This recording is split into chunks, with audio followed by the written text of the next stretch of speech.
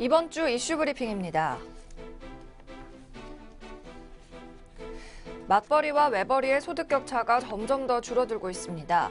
일자리의 질이 떨어졌기 때문으로 보입니다. 미국에서 태풍 하비의 영향으로 정유화학 공장이 마비됐습니다. 상대적으로 국내 업계가 반사이익을 보고 있습니다. 정부가 8일 부동산 대책의 후속 조처를 발표했습니다. 강남 4구의 부동산 가격은 상승폭이 둔화됐습니다. 이 같은 정부의 정책은 투기 과열지구 추가 지정과 분양가 상한제 등으로 요약됩니다. 자세한 부동산 규제책 알아봤습니다. 9월 말부터 성격이 비슷한 공기업 간의 필기시험을 같은 날 치르게 됩니다. 수험생들은 중복 지원을 하지 못하게 돼 불만이 많습니다. 자세한 소식 잠시 뒤 위클리 핫세븐에서 전해드립니다.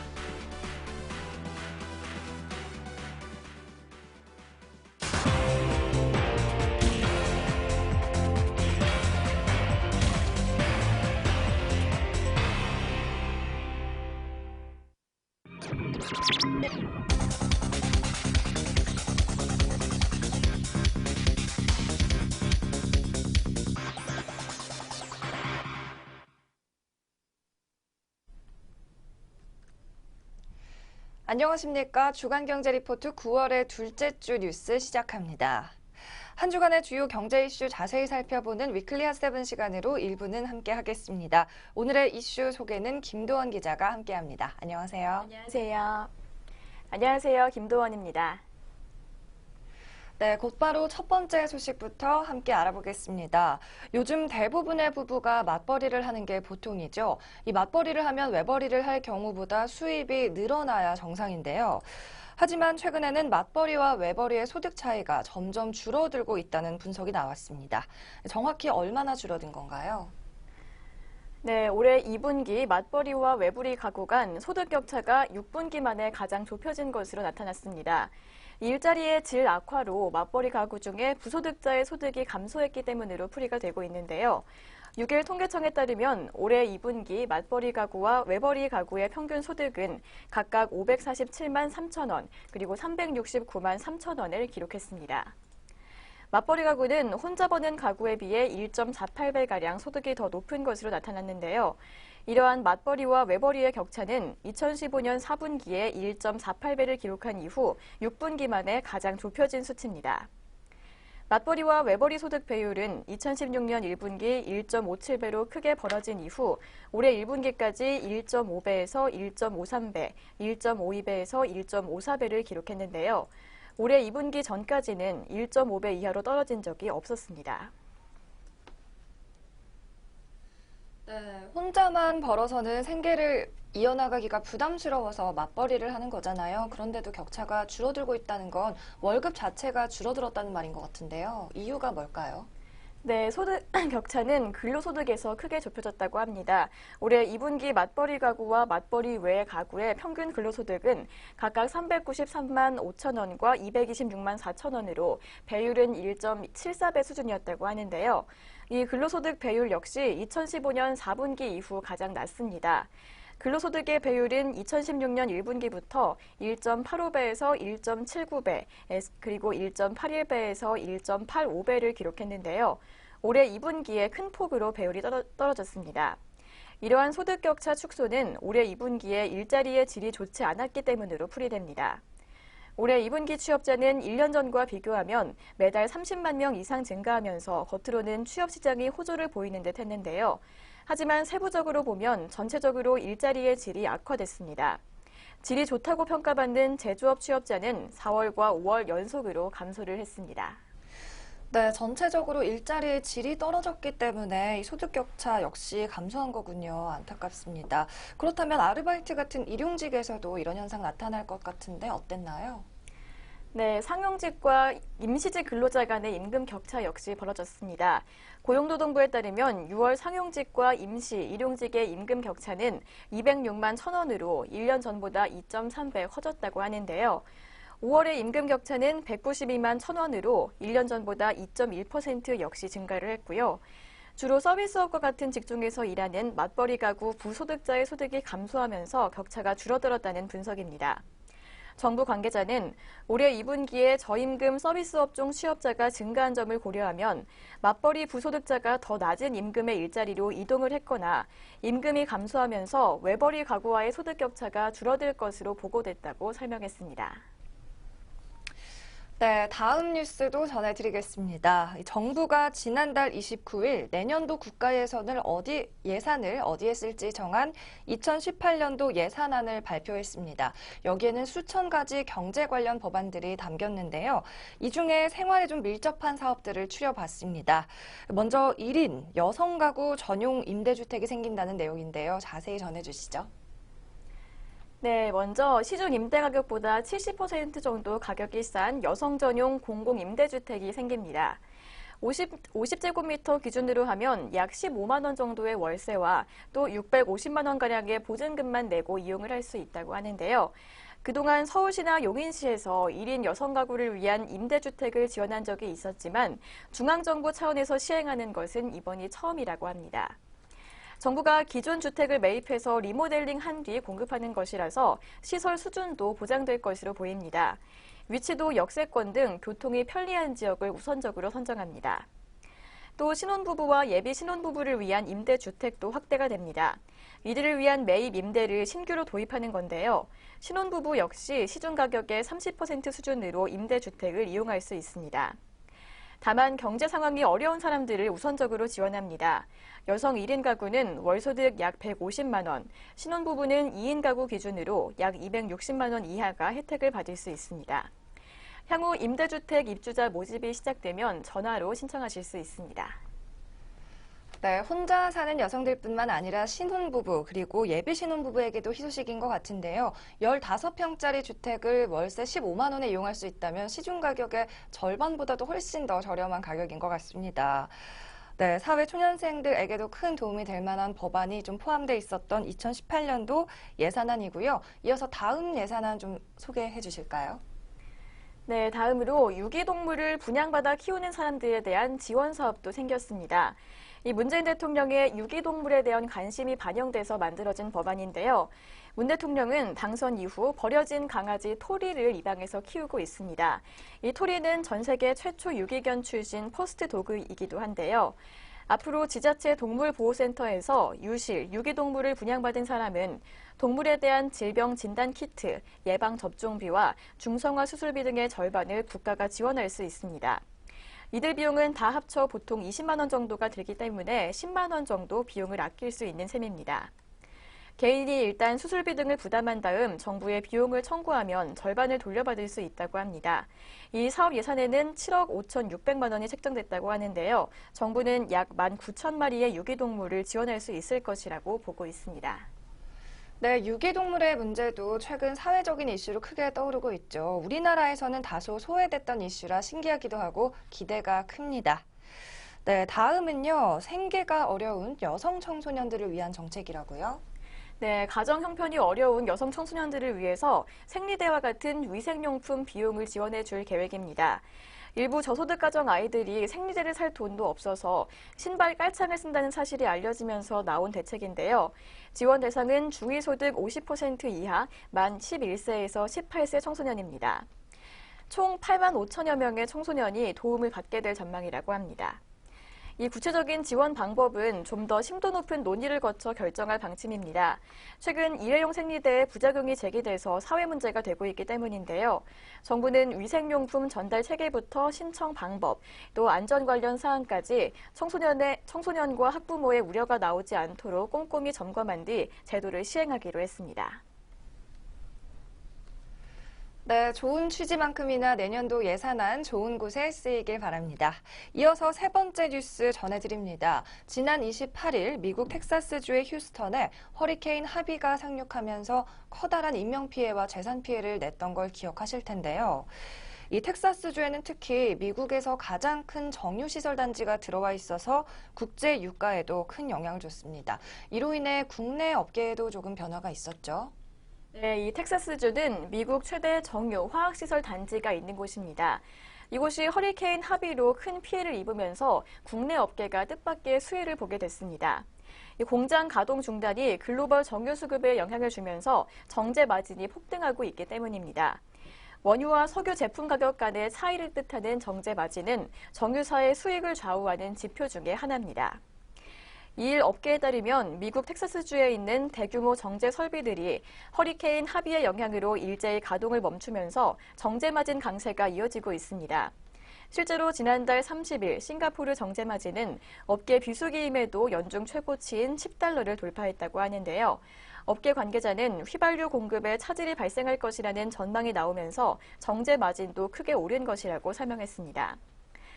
특히 텍사스주 멕시코만은 미국 최대 원유 생산 정유단지로 꼽힙니다. 텍사스주의 정제 설비 규모는 약 489만 배럴로 미국 전체 정제 설비의 25.8%, 그리고 글로벌 정제 설비 규모의 4.9%를 차지하고 있는데요. 외신은 이 합의의 영향으로 텍사스 정제 시설의 85%가 직간접적 생산 타격을 입은 것으로 파악했습니다.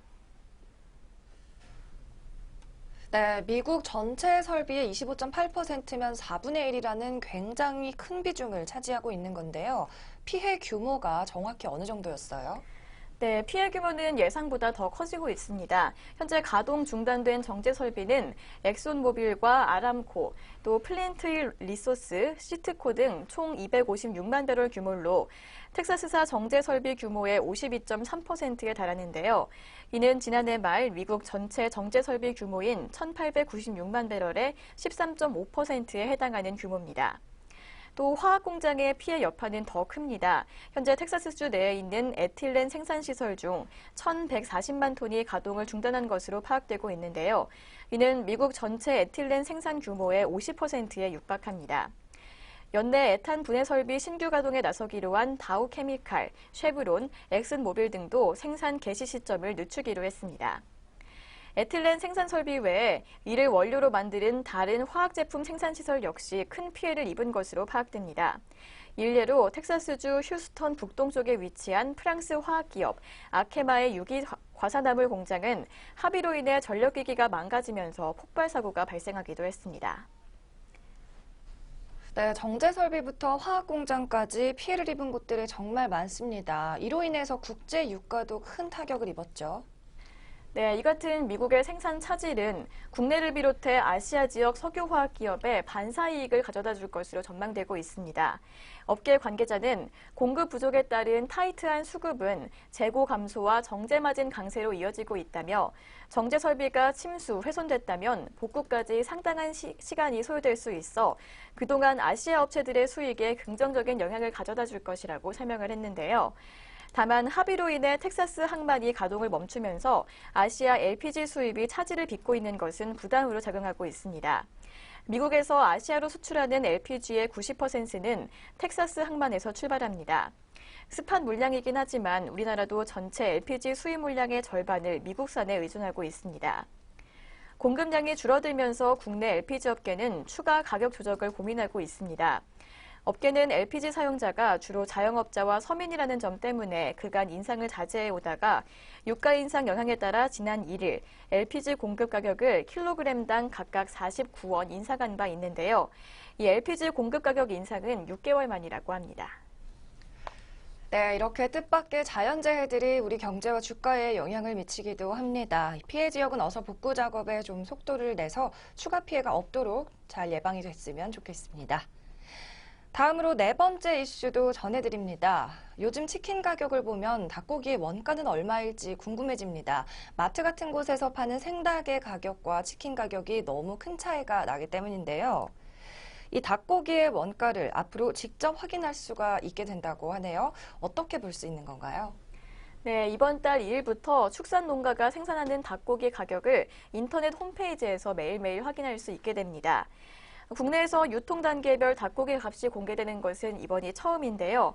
하루 단위로 매일 바뀌는 가격이 홈페이지에 공개되면서 최근 치킨 프랜차이즈 업체들의 가격 인상을 놓고 벌어졌던 논란이 해소될 수 있을지 주목되고 있습니다. 농림축산식품부는 전날 거래된 닭고기 가격을 다음날 오후 2시에 확인할 수 있는 닭고기 가격 공시제를 실시한다고 30일을 밝혔습니다. 축산물 품질평가원 인터넷 홈페이지나 농식품부 홈페이지에 접속하면 유통 단계별로 가격을 확인할 수 있는데요. 공시되는 가격은 하림과 마니커, 모구촌 등 6개 업체들이 농가에서 살아있는 닭을 사들이는 평균 가격과 도축장에서 가공을 한 뒤 대형마트 프랜차이즈 단체 급식 등에 납품할 때 받는 평균 가격 등입니다. 네, 치킨 가격 논란이 크게 일자 정부에서는 이 닭고기의 원가를 매일같이 투명하게 확인할 수 있도록 조치를 취한 건데요. 이 프랜차이즈 업체들 입장에서는 가격에 대한 큰 부담으로 작용할 수 있겠고 소비자들은 가격을 좀 내려야 한다고 주장할 것 같습니다. 어떤가요? 네, 이렇게 닭고기 가격이 매일 공시되면 치킨 프랜차이즈가 가격 인상을 시도할 때 큰 압박을 받을 것으로 보이고 있습니다. 이 민현태 농식품부 축산정책국장은 앞으로 치킨 프랜차이즈가 가격을 올릴 때 명확한 인상 요인을 밝혀야 할 것이라며 가격 인상을 좀 더 신중하게 결정할 것으로 본다고 설명을 했습니다. 이 치킨 가격 논란은 올 3월 BBQ가 가격 인상을 발표하면서 불을 붙였습니다. 사상 최악의 고병원성 조류 인플루엔자가 발병하면서 닭고기 산지 가격이 역대 최고 수준인 1kg당 2,700원까지 오르자 이 BBQ는 치킨 값을 올리겠다고 밝혔는데요. 그러자 농식품부는 프랜차이즈가 공급받는 가격은 일정하게 계약돼 AI와 관계가 없다. 닭고기 원가와 유통 과정을 공개하고 세무조사를 의뢰하겠다고 엄포를 놨습니다. 그때 BBQ는 가격 인상을 철회하는 듯 했지만 4월에 다시 인상 계획을 밝혔고 또 교촌치킨과 BHC까지 줄줄이 인상안을 들고 나왔는데요. 공정거래위원회가 BBQ의 가맹사업법 위반 사례를 조사하자 이들 업체들은 인상안을 거둬들였습니다. 이 과정에서 정부가 개별 치킨 업체들의 가격까지 통제하는 게 더 정당한지를 두고 논란 역시 불거졌습니다. 네, 치킨의 거품 낀 가격을 내리는 데 도움이 될 수 있다면 소비자들은 쌍수를 들고 환영할 것 같습니다. 반면에 업체들 중에서도 환영하는 곳이 있다고요? 네, 이 닭고기 공시제에는 하림 등 국내 닭고기 생산량의 75%를 차지하는 9개, 6개 계열화 업체가 자발적으로 참여할 계획입니다. 이 농식품부는 참여 의무 조항과 위반 시 과태료 조항 등을 신설하고 5리까지 범위를 확대해서 내년부터는 모든 계열화 사업자에게 적용한다는 계획을 세우고 있는데요. 다만 가격이 공시된 9개 계열화 업체의 이름과 업체별 가격을 알 수 없다는 점은 한계로 꼽힙니다. 농식품부는 가격의 흐름을 보여주는 것만으로도 제도적 효과가 있을 것으로 본다고 설명했습니다. 한동안 가격 부풀리기 의혹에 시달려온 치킨 프랜차이즈 업계는 가격 투명성을 확보할 수 있게 됐다며 오히려 반기는 분위기입니다. A치킨 프랜차이즈 업계 관계자는 소비자의 불신이 큰 상황에서 공급 가격 공시는 오히려 긍정적이라고 말했습니다. 또 다른 치킨 프랜차이즈 업체 관계자도 치킨값을 둘러싼 오해들이 자연스럽게 불식될 것이라며 앞으로 시장 상황에 따라 합리적인 가격을 받을 수 있을 것이라고 기대감을 나타냈습니다. 네, 이어서 부동산 뉴스도 전해드리겠습니다. 정부가 파리 부동산 대책의 후속 조치를 꺼내들었죠. 풍선 효과를 철저히 막겠다는 의지를 드러냈는데요. 성남 분당과 대구 수성 등 집값 상승 1, 2위 지역을 투기 과열지구 추가 대상자로 지정을 했습니다. 여기에 더해 분양가 상한제라는 강력한 카드를 빼들면서 주택시장 침체를 우려하는 목소리도 나오고 있는데요. 정부의 의지가 좀 강력한 것 같습니다. 네, 국토교통부가 파리 부동산 대책 발표 이후 한 달여 만에 성남시 분당구와 대구시 수성구를 투기 과열지구로 추가 지정하는 등 이렇게 후속 조치를 시행한 것은 대책 발표 이후에도 해당 지역의 집값이 여전히 높은 상승세를 보였기 때문입니다. 이 파리 대책의 풍선 효과로 가격이 상승하는 지역을 투기 과열지구로 포함시켜 국지적인 가격 불안을 해소하겠다는 것이 국토부의 구상입니다. 박선호 국토부 주택토지실장은 5일 파리 대책 직전 급등세를 보였던 서울 등이 대책 이후 빠르게 안정세로 전환됐으나 일부 시장에서는 과열 우려가 지속되고 있다면서 성남시 분당구와 대구시 수성구의 경우 파리 대책 이후에도 높은 상승세가 이어져 주변 지역으로 과열 확산될 가능성 등을 고려해 투기 과열지구로 지정하게 됐다고 설명했습니다. 이와 함께 국토부는 파리 대책 이후로도 집값이 상승한 인천 연수구, 부평구와 안양 만안구, 동안구, 성남 수정구와 중원구, 고양 일산 동구와 서구, 또 부산 등을 집중 모니터링 지역으로 선정을 했습니다. 실제로 성남 분당구의 주간 아파트 가격 상승률은 8월 첫째 주 0.19%에서 둘째 주, 셋째 주, 넷째 주까지 오름세를 유지했습니다. 이는 8월 넷째 주 기준 전국 및 서울의 아파트 가격 변동률에 비해서는 급등한 수준입니다. 네, 이 같은 정부의 파리 부동산 대책 추가 조치 내용을 좀 자세히 보면요. 성남시 분당구와 대구시 수성구를 투기 과열지구로 추가 지정한 정부입니다. 하지만 비판의 목소리도 있죠. 너무 성급했던 것 아니냐 이렇게 말하고 있는데요. 네, 정부는 지난 파리 대책에서 투기과열지구를 지정하면서 3개월과 6개월, 12개월 등 다양한 기간으로 데이터를 분석해 대상 지역을 선정했다고 말했습니다. 그러나 이번에는 파리 대책 이후 한 달 만에 시장을 평가해서 분당과 대구 수성구를 추가 대상지로 지정을 했는데요. 이에 따라 한 달이라는 시간은 시장 상황을 판단하기에 짧은 것이 아니냐는 지적이 제기되고 있습니다.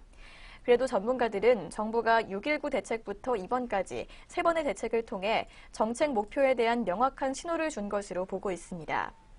집중 모니터링 지역을 따로 지정한 대목도 마찬가지인데요. 특정 지역을 염두에 두지 않고 고강도 규제책을 언제든 꺼낼 수 있다는 신호를 시장에 던진 것입니다. 또 이러한 밀봉책이 풍선 효과를 막는 데 큰 효과를 발휘할 것으로 기대하는 한편 정부의 과도한 시장 개입이 이 위축된 주택 시장을 더 얼어붙게 만들 수 있다고 우려하고 있습니다. 네, 정부는 또 여기에 더해서요, 민간택지 분양가 상한제 적용 요건을 완화하기로 조치했습니다. 역시나 고분양가 문제에서 물러서지 않겠다는 의지인데요. 또 민간 아파트의 분양가 상한제를 부활시켜서 아파트 분양가가 주변 시세보다 높게 책정되고 이로 인해 집값이 상승하는 악순환을 끊겠다는 의지입니다. 분양가 상한제가 이렇게 부활하는 것은 2년 만이라면서요. 네, 그동안 공공택지에만 분양가 상한제가 적용이 돼서 민간택지 아파트가 부동산 거품을 키워왔다는 지적이 이어져 왔습니다. 최근 서울 강남 주요 재건축 단지 분양가는 3.3제곱미터당 4,200만 원을 넘었을 정도인데요. 이 분양가 상한제는 2007년 9월 민간택지 공동주택에도 적용됐다가 차츰 느슨해지면서 2015년 4월 이후 유명무실해졌습니다. 박근혜 정부가 부동산 경기 부양책을 쓰면서 칼날을 더 무디게 했는데요. 정부는 민간택지 분양가 상한제의 적용 기준을 개선해서 고분양가에 따른 시장 불안이 우려되는 지역을 분양가 상한제 적용 지역으로 선정하기로 했습니다. 이 분양가 상한선은 택지비와 건축비를 더한 것을 원칙으로 하되 기본형 건축비에다 품질 등을 고려해 가산비는 인정해 줍니다. 그러나 기준이 너무 엄격해서 실제 적용은 되지 않았는데요. 연간 집값이 40% 이상 뛰는 경우는 없고 청약 경쟁률 기준도 분양이 없던 달을 포함하면 연속 3개월로 20대 1을 넘기가 어렵다는 평가입니다. 네, 하지만 이 때문에 로또 분양 또는 로또 아파트가 나올 수 있다는 우려의 목소리도 제기가 되고 있습니다. 부동산 시장 투자자들의 이해관계가 엇갈리고 있는 가운데 이 같은 정책, 후속 조치가 무주택자들과 실거주자들에게 유리한 방향으로 풀렸으면 좋겠네요. 네, 한편 이렇게 신정부의 부동산 가격 잡기 의지가 완고한 가운데 실제로 부동산 가격에는 조금 변동이 있는지 궁금합니다. 주간 아파트값 동향 한번 들어볼까요? 네, 정부의 주택시장 불법거래 현장 점검 시행 등의 영향으로 최근 가격 상승세를 주도하던 강남 4구 아파트 매매 가격 상승폭이 축소됐다고 합니다. 전국 주간 아파트값 상승률은 0.01%로 낮은 수준을 유지를 했는데요. 정부가 지난달부터 강도 높은 부동산 규제를 시행하면서 거래 심리도 위축된 분위기입니다. KB국민은행은 지난 4일 기준 전국의 아파트 매매 가격이 전주 대비 0.01% 상승했다고 밝혔습니다. 이는 8월부터 미미한 상승률이 유지된 건데요. 그 전주의 상승률은 0.02%였습니다. 수도권은 서울과 인천, 경기 모두 상승했습니다. 서울 강남 4구인 강남구와 서초구, 송파구, 강동구 모두 관망세가 강해지면서 거래는 한산한 분위기였습니다.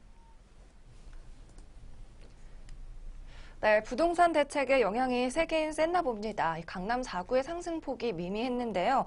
강동구를 제외하고 강남, 서초, 송파구가 모두 하락 아니면 변동성이 거의 없는 0%였다는 점 체크해 보시면 좋을 것 같습니다. 또 이것은 첫 번째 수치고요. 이번 주에 더 강도 높은 규제가 있었던 만큼 아파트 값에 어떻게 영향을 줄지도 계속해서 관심을 갖고 지켜보시면 되겠고요. 네, 서울의 아파트값 매매 가격 동향 살펴봤습니다. 다음으로 수도권은 좀 어땠나요?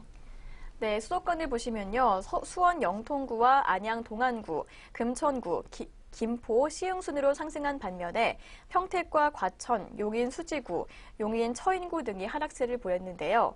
또 지방 5개 광역시에서는 울산이 내렸고 대구, 광주, 대전 등은 올랐습니다.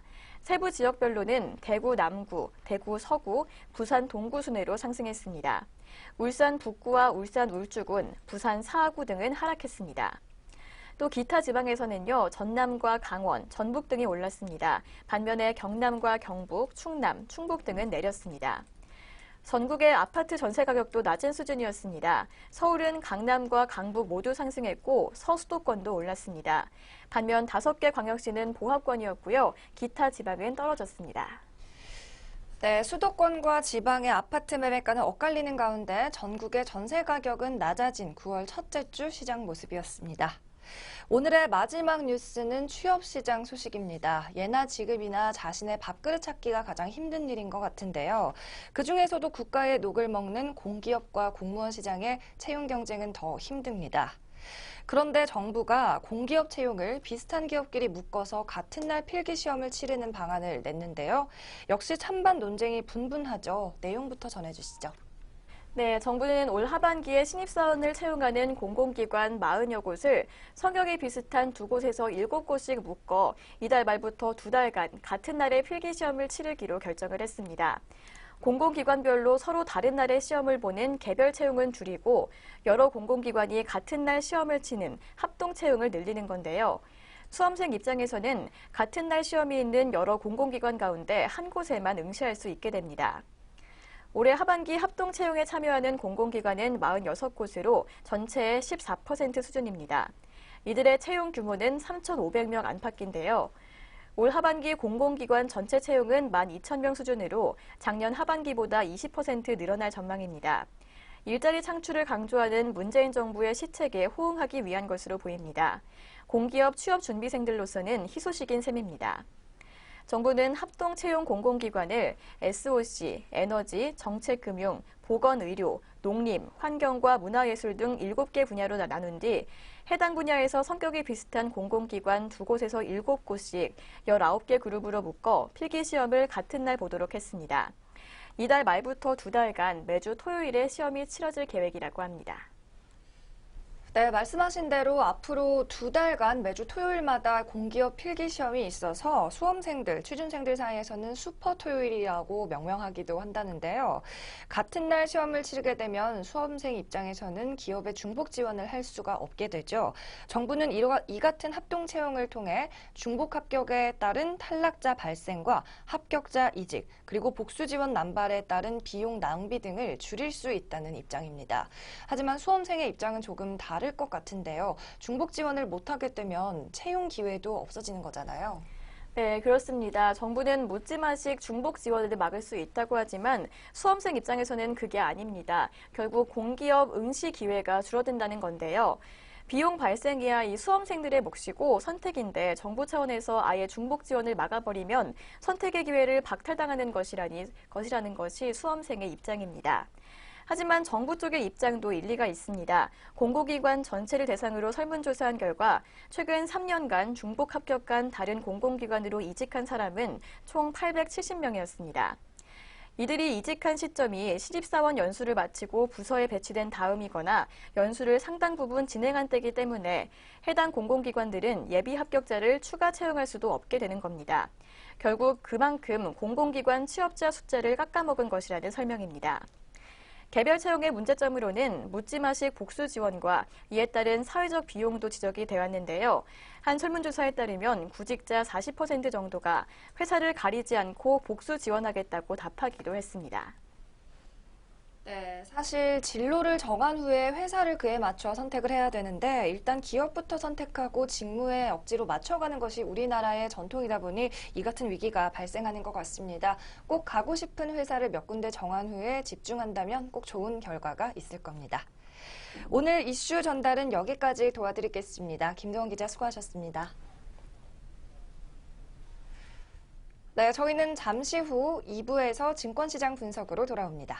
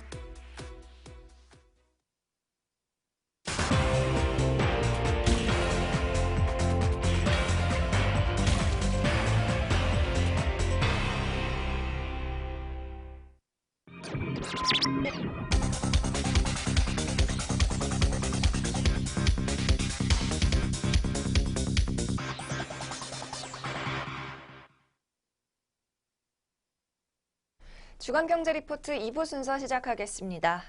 이번에는 한 주간의 증시 상황 정리해 보겠습니다. 김남우 기자가 도와줍니다. 안녕하세요. 안녕하세요. 안녕하세요. 김남우입니다. 네, 먼저 코스피 시장의 지수부터 확인해 보겠습니다. 화면으로 만나보시죠. 9월의 둘째 주 시장 상황이었습니다. 9월 4일부터 8일까지 코스피 지수는 2319에서 2343포인트 사이의 등락폭을 보였습니다. 먼저 4일인 월요일 코스피 지수는 2329포인트 선에 급락 장세로 마감을 했습니다. 이후 화요일과 수요일에도 하락이 차례로 나오면서 2320선 놓치는 모습이었고요. 목요일인 9월 7일에는 1.1%대의 급등 장세가 연출이 됐습니다. 26포인트의 두 자릿수 상승세 기록하며 2346.19포인트까지 올라봤던 코스피인데요. 다음 날인 금요일 다시 하락으로 전환합니다. 2.47포인트의 마이너스 기록하며 약보 합세로 주간 종가 기준 2343.72포인트로 마감한 모습입니다. 네, 이어서 코스닥 지수도 살펴보시겠습니다.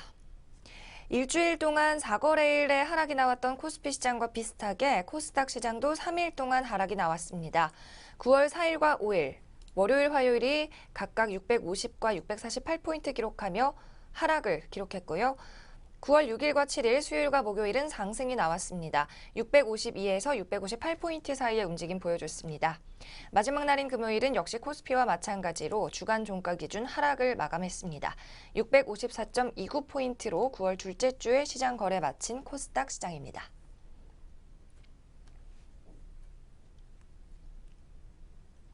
네, 그렇다면 이번에는 주요 투자 주체들의 실제 매매 동향과 투자 심리는 어땠는지 수급 상황 알아보겠습니다. 이번 주 수급 특징은 뭐라고 할 수 있을까요? 네, 이번 주에 외국인과 기관 투자자들의 수급 마감 동향 짚어보도록 하겠습니다. 준비한 차트 함께 보시겠습니다. 주 초반이었던 월요일에는 외국인과 기관이 모두 빨간불을 켜줬습니다. 각각 43억 원과 3,165억 원 담아내면서 장을 마쳤습니다. 화요일부터 수요일까지는 서로 상반된 모습을 기록했습니다. 외국인 투자자들이 2,133억 원 덜어냈고 기관은 2,429억 원 빨간불 켜주며 장을 마쳤습니다.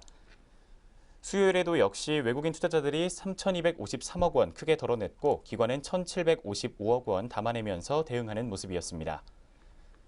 목요일에는 외국인이 다시 한번 매수세로 전환했습니다. 723억 원 담았고 기관은 1,251억 원 담아내며 장 마쳤습니다.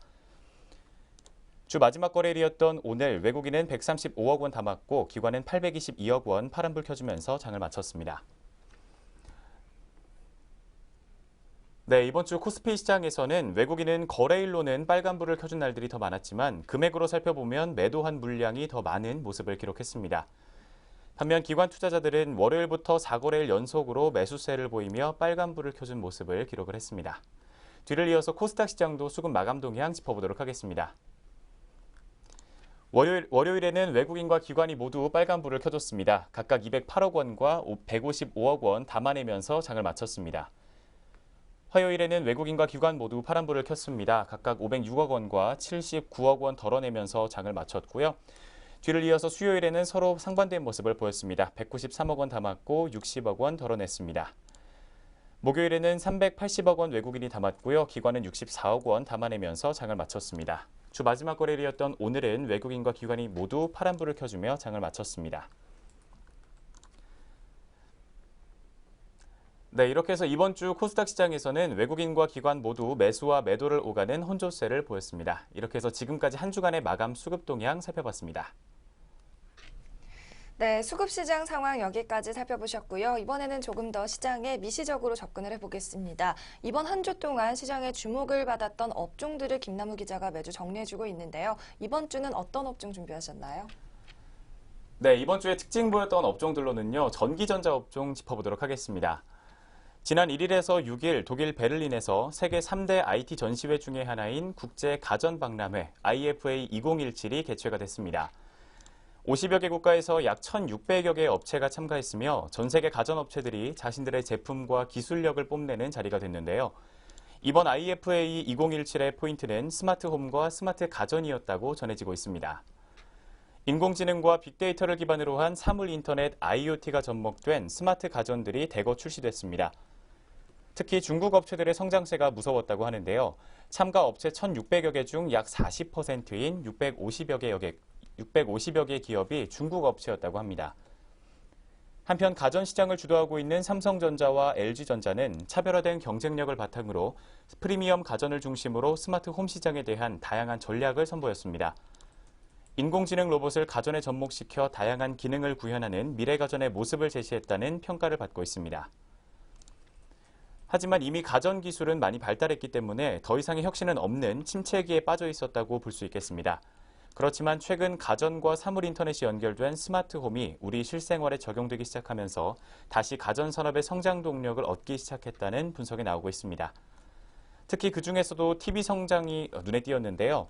OLED TV는 현재 LG전자가 세계 선두인데 이번 박람회에 참가한 OLED TV 업체는 지난해보다 5개 늘어난 총 13개 업체였다고 합니다.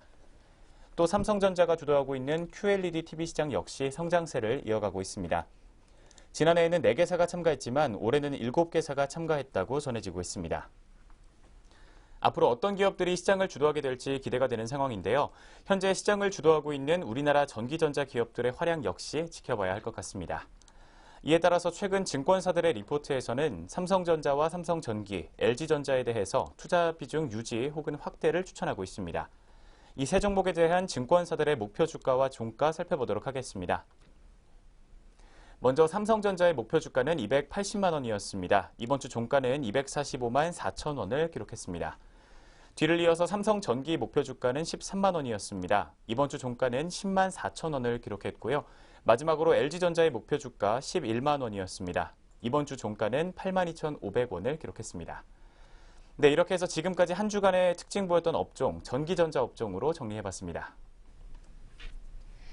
네, 김 기자가 이번 주는 전기전자 업종을 정리를 해줬습니다. 삼성전자에서는 이번 주에 갤럭시 노트 8의 사전 판매가 시작되는 등 이 전자시장의 주목이 좀 쏠리고 있는데요. 더불어 LG의 V30과 애플의 아이폰 8도 이번 달 출시가 된다고 하니까요. 이 휴대폰 시장의 신제품 전쟁에도 주목을 해보시면 흥미로울 것 같습니다. 네, 이어서는 이번 주 한 주간 증권가에서 바라보는 시각은 어땠는지 정리해보는 시간 갖겠습니다. 증권사별로 헤드라인 제목 모아봤습니다. 먼저 9월 4일에 발표된 유안타증권의 리포트입니다. 코스피의 추가 조정 가능성 그리고 폭이 제한적이라고 밝히고 있습니다. 다음 날 대신증권에서는 북한 리스크에 대해서 다루고 있는데요. 이 같은 대외적인 리스크가 누적됐기 때문에 단기적으로 충격은 불가피하다고 전하며 단기적이라는 제한을 뒀습니다. 마지막 거래일인 9월 8일 이베스트에서는 수요는 점진적이다라는 제목을 붙였는데요. 이 리포트 내용 함께 자세히 살펴보겠습니다. 네, 이베스트 투자증권에서는 수요가 점진적이고 그만큼 경기 회복의 진행 경로도 점진적이다 이렇게 말을 하고 있는데요. 급하지 않은 시각으로 보자. 그러면 회복은 크게 걱정할 문제는 아니다라고 판단하고 있습니다. 이 같은 판단의 근거가 무엇인지 리포트에서 제시하고 있는 표와 그래프 함께 보면서 설명드리겠습니다. 네, 우려의 시각이 많은 중국입니다. 하지만 이 중국의 지표들을 들여다보면 양호하다는 분석인데요. 우선 중국의 수요가 나쁘지 않다는 겁니다. 중국의 수입 증가율은 올해 들어 양호한 수치를 유지하고 있고요. 원자재 관련 수입도 꾸준합니다. 또 투자도 좋아지고 있습니다. 중국 투자를 반영하는 굴삭기 판매 증가율이라는 것이 있는데요. 이 판매 증가율은 2010년 금융위기 직후에 한창 중국이 부양책을 펼 때 수준이라는 겁니다. 중국의 부양책이 금융위기 직후만큼 강할 것으로 많이 기대하진 않더라도 너무 부정적일 필요는 없다고 분석하고 있습니다. 또 수요가 없다고는 하지만 지역별로 잘 배분된 한국의 수출도 회복세가 완연하다고 이베스트는 이야기하고 있는데요.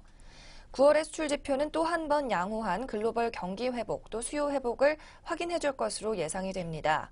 통화 가치에 반영된 구매력만 하더라도요. 미국 외의 지역에서도 회복세가 나타나는 것이 확인이 되고 있습니다. 선진국 내에서 신흥시장과 비슷한 위치에 있는 캐나다, 또 호주 등의 통화 가치는 해당 국가의 구매력이 회복되고 있음을 말해주고 있다는 분석인데요. 양적 완화 축소 이슈가 반영되고 있지만 그래도 유로화는 꾸준히 유럽의 회복을 가치에 반영하고 있습니다. 여기에 더해서 우려가 여전히 높은 위안화도 일단 중국의 구매력 회복을 반영하고 있다고 이베스트는 분석하고 있습니다. 네, 상당히 그래도 긍정적인 시각으로 좀 시장을 보고 있는 이베스트 투자증권의 리포트 살펴봤습니다.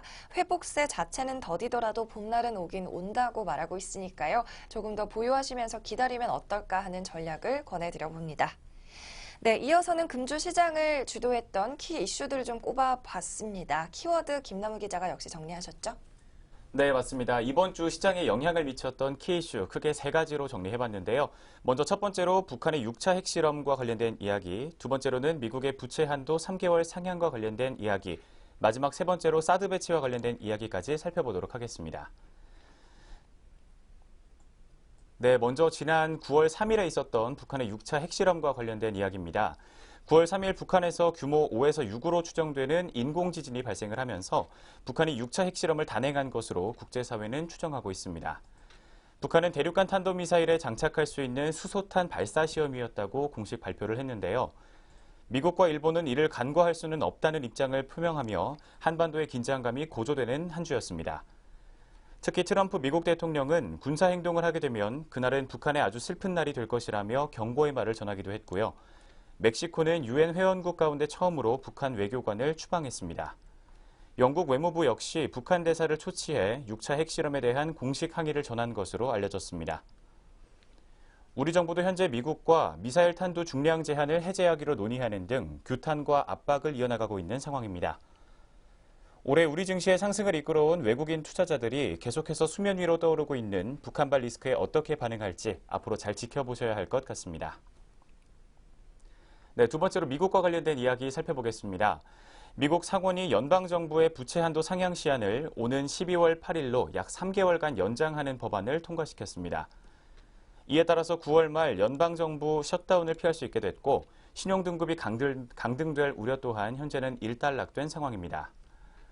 특히 이번 부채 한도 협상을 두고 공화당과 민주당의 논쟁이 있었던 상황에서 트럼프 미국 대통령이 민주당의 손을 들어줬다는 점이 특징적이라는 평가가 나오고 있습니다.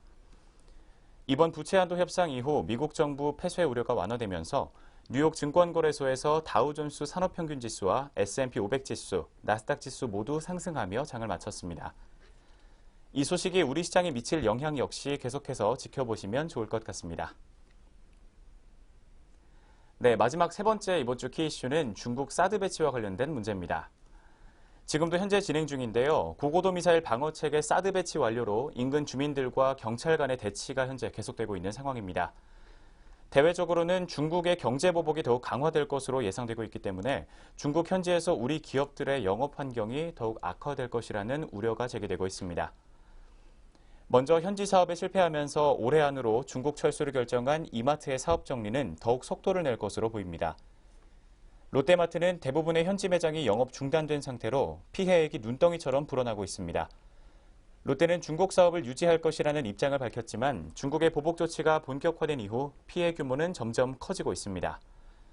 이에 롯데마트는 지난 3월 3,600억 원 규모의 자금을 긴급 수혈한 데 이어서 최근에 3,400억 원가량을 추가 수혈하기로 했습니다.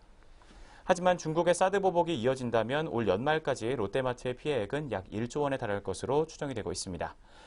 앞으로 한중 간의 정치 관계가 어떻게 이어질지 상황을 조금 더 신중하게 지켜보실 필요가 있겠습니다. 이번 주에 영향 미쳤던 세 가지 이슈 살펴봤습니다. 네, 그렇다면 다음 주 시장은 어떻게 대응해야 수익을 극대화할 수가 있을까요? 역시 세 가지 포인트로 요약해봤습니다. 다음 주 증시 대응을 위해 주목해야 할 키워드입니다. 먼저 글로벌 증시에 있어서는 트럼프의 세제 개혁안과 금융규제 완화 기대감에 초점을 맞춰보셔야겠습니다. 미국의 부채 한도가 임시 상향 조정되면서 9월 미국의 의회의 단기 불확실성은 축소되는 양상이죠. 이 가운데 9월 초에 예정된 트럼프의 세제개혁 법안 발표 가능성과 피셔 부의장의 사임으로 인한 금융규제 완화 확대 가능성이 제기 중입니다. 세제개혁 법안의 주요 이슈는 법인세 22에서 25%로 완화, 또 송환세 인하, 설비투자 비용 회수기관 단축 등 기업의 친화적인 세제 개편입니다. 다만 트럼프 케어와 국방비 예산 관련 법안 등 양당의 의견 대립으로 입법 관련 노이즈는 지속될 것으로 판단되고 있습니다. 이어서 우리나라 내적으로 좀 포인트를 맞춰보셔야 할 것은 14일에 예정된 선물 옵션 동시 만기가 되겠습니다. 이 차주의 관심 변수라고 할 수도 있겠는데요. 우리 시장의 초점은 외국인의 선물 수급 향배에 집중될 전망입니다. 하지만 수급 환경은 조금 부진할 수도 있겠습니다. 왜냐하면 국제적으로 위험 선호 트레이딩 기류가 좀 후퇴하고 있고요. 국내 증시의 경우에도 실적 모멘텀이 약화되고 있다는 점, 국내외 정치와 정책 불확실성도 심화되고 있다는 점, 또 환율의 변동성도 확대되고 있다는 점 참고해 보시면 좋겠습니다. 이어서 다음 주 시장을 움직일 경제 이벤트들은 뭐가 있을까요? 주요 일정 김남우 기자가 정리해 드리겠습니다. 네, 저희가 준비한 차트 보시면서 다음 주 주요 일정 정리해 보겠습니다. 다음 주 월요일에는 일본의 공자기계 수주 발표가 예정돼 있습니다. 이어지는 화요일에는 미국의 NFIB 소기업 낙관지수 발표가 예정돼 있고요. 수요일에는 우리나라 수출입 물가지수 발표가 예정돼 있습니다. 이어지는 목요일에는 미국의 소비자 물가지수가 예정돼 있고 금요일에는 미국의 소매 판매지수 발표가 예정돼 있는 상황입니다. 네, 다음 주를 움직일 다음 주 주요 이슈 크게 5가지 살펴봤습니다. 네, 마지막으로는 9월의 셋째 주 시장 전망을 증권가에서 어떻게 해석하고 있는지 살펴보겠습니다. 먼저 NH투자증권에서는 2320에서 2400포인트 선으로 코스피 밴드 예측을 했습니다. 미국 의회 리스크가 약화되고 트럼프 기대감은 강화될 것이라고 전망합니다. 하나투자증권은 2320에서 2370으로 2400포인트 미만으로 밴드 잡았습니다. 시장 트릴레마와 안전지대 찾기라고 제목을 붙였는데요. 우리나라 반도체 업황의 호조로 삼성전자의 3분기 실적 추정치가 상향 조정 가능성이 제기되고 있습니다. 이 경우에 수급은 재차 IT 대형주로 쏠릴 가능성이 더 높아지고 있는데요. 최근에는 코스닥에 관한 관심도 확대되고 있지만 3분기 실적 시즌을 앞두고 대형주의 모멘텀이 확대된다면 현재 시점에서는 제약과 바이오의 모멘텀이 확대로 한정하여 해석하고 중소형주와 코스닥의 상대 우위는 연말 연초가 우세할 것으로 판단하고 있습니다. 네, NH투자증권과 하나투자증권의 다음 주 시장 전망 요약해드렸고요. 오늘 함께한 내용 화면으로 정리해 보시죠.